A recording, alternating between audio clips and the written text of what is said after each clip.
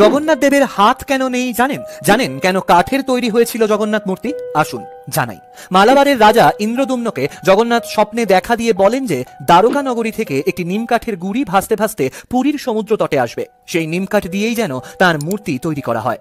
একা কাঁধে করে সেই নিম কাঠটি ডাঙায় তুলে আনেন বিশ্ব বসু। কিন্তু কাঠ পাওয়া গেলেও মূর্তি তৈরি করবে কে, তা নিয়ে যখন ভাবনা চিন্তা চলছিল, ঠিক তখনই বিশ্বকর্মা এক বৃদ্ধ কারিগরের রূপ ধারণ করে হাজির হন।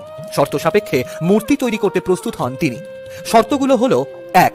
তিনি একাই কারো সাহায্য ছাড়া এই মূর্তি তৈরি করবেন। 2.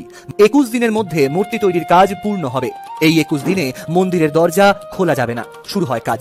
এদিকে মূর্তি নিয়ে রাজা ইন্দ্রদুম্নের স্ত্রী গুন্ডিচা দেবীর আগ্রহ ক্রমশ বাড়তে থাকে। তারা অনেক দিন বন্ধ দরজার বাইরে থেকে কোনো আওয়াজ শুনতে না পাওয়ায় দরজা খুলে দেন।